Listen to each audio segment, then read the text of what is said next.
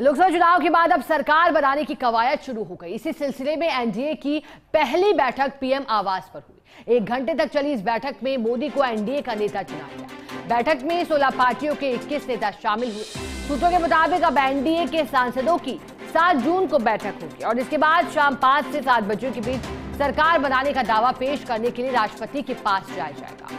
राजनाथ सिंह, अमित शाह और जेपी नड्डा को सभी सहयोगी दल के साथ 1 to 1 बात करने और नई सरकार के स्वरूप पर चर्चा करने की जिम्मेदारी दी गई है। इस बीच पीएम मोदी के इस्तीफे और कैबिनेट को भंग करने की सिफारिश के बाद राष्ट्रपति द्रौपदी मुर्मू ने लोकसभा को भंग कर दिया। लोकसभा चुनाव में भाजपा को 240 सीटें मिली हैं। ये बहुमत के आंकड़े 272 से 32 सीटें कम हैं। हालांकि एनडीए ने 292 सीटों के साथ बहुमत के आंकड़े को पार कर लिया। गठबंधन में चंद्रबाबू की टीडीपी 16 सीटों के साथ दूसरी और नीतीश की जेडीयू 12 सीटों के साथ तीसरी सबसे बड़ी पार्टी है। दोनों ही पार्टियां इस वक्त भाजपा के लिए जरूरी है। इनके बिना भाजपा का सरकार बनना मुश्किल है और इसी वजह से कल एक बड़ी बैठक जिसमें भाजपा के सहयोगी घटक दल और एनडीए में शामिल दल बैठक का हिस्सा बनने पहुंचे थे। खुद प्रधानमंत्री मोदी तो थे ही, साथ ही साथ राजनाथ सिंह, गृहमंत्री अमित शाह और इसके इतर घटक दल जेडीयू के नीतीश कुमार और टीडीपी के चंद्रबाबू नायडू, इसके अलावा एलजेपी के चिराग पासवान भी पहुंचे थे। अब जेडीएस पार्टी भी क्योंकि समर्थन दे रही है, एनडीए सरकार में है, तो ऐसे में वो भी पहुंची थी। लेकिन अब जो प्रस्ताव कल पास किया गया उसमें प्रधानमंत्री नरेंद्र मोदी को नेता चुना गया है, यानी कि तीसरी बार प्रधानमंत्री के पद की शपथ लेने की बात सामने आ रही है। उन्हें नेता चुना गया है। 21 नेताओं ने इस पर हस्ताक्षर किए हैं। अब नेता तो चुना गया है, लेकिन अभी पार्टी अपनी आगे की रणनीति पर कार्य कर रही है। इसी वजह से बड़ी जिम्मेदारी दी गई है भारतीय जनता पार्टी के शीर्ष नेताओं ताकि समन्वय बनाकर रखा जा सके। चलिए, अधिक जानकारी देने के लिए हमारे साथ सहयोगी अश्विनी यादव जुड़े हैं। अश्विनी, चलिए सहयोगी लाइव भी जुड़े हैं हमारे साथ। अश्विनी, जानकारी दीजिएगा, कल का दिन जिस तरह से रहा था, सभी की नजर थी कि बैठक में क्या होता है, लेकिन नेताओं ने हस्ताक्षर कर दिए। अब अगला कदम भारतीय जनता पार्टी का क्या रहने वाला है?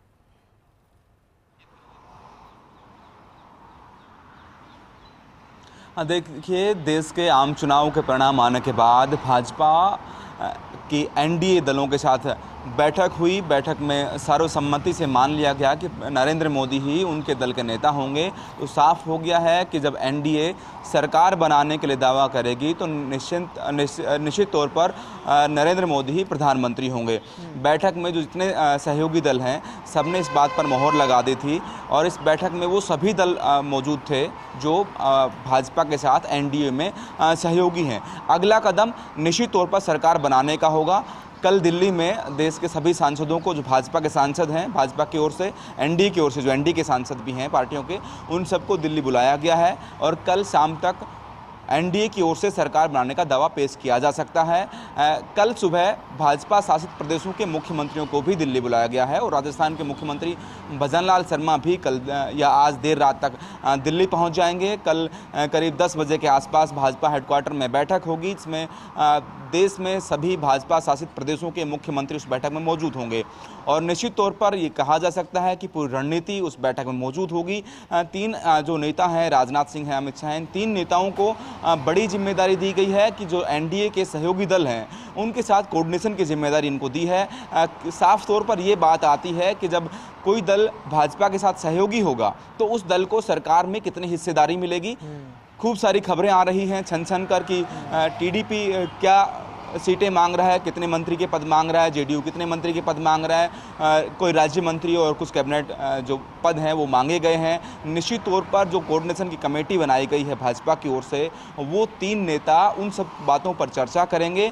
उन सब दलों के साथ ये तय करेंगे कि कौन से दल को कौन सा विभाग मिल सकता है या कितने मंत्रिमंडल में उसे पद मिल सकते हैं। ये संभावना है कि कल शाम तक इस बात पर चर्चा पूरी कर ली जाएगी। राजस्थान में भी आज भाजपा के जो सांसद हैं, जो निर्वाचित हुए हैं, उन सबकी 1 बजे राजस्थान भाजपा कार्यालय पर बैठक रखी गई है। उनका अभिनंदन किया जाएगा। मुख्यमंत्री भजनलाल शर्मा उस बैठक में शामिल हो सकते हैं और उन सभी सांसदों का जो इस चुनाव में राजस्थान से चुनकर आए हैं उनका अभिनंदन इसमें किया जाएगा। भूपेंद्र यादव हों वो भी दिल्ली से अलवर पहुंचे हैं और अलवर से जयपुर जा रहे हैं जो इस बैठक में शामिल होंगे।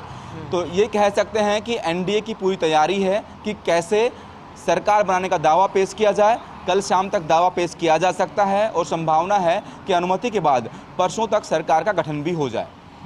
जी ठीक है अश्विनी, बने रहिएगा हमारे साथ।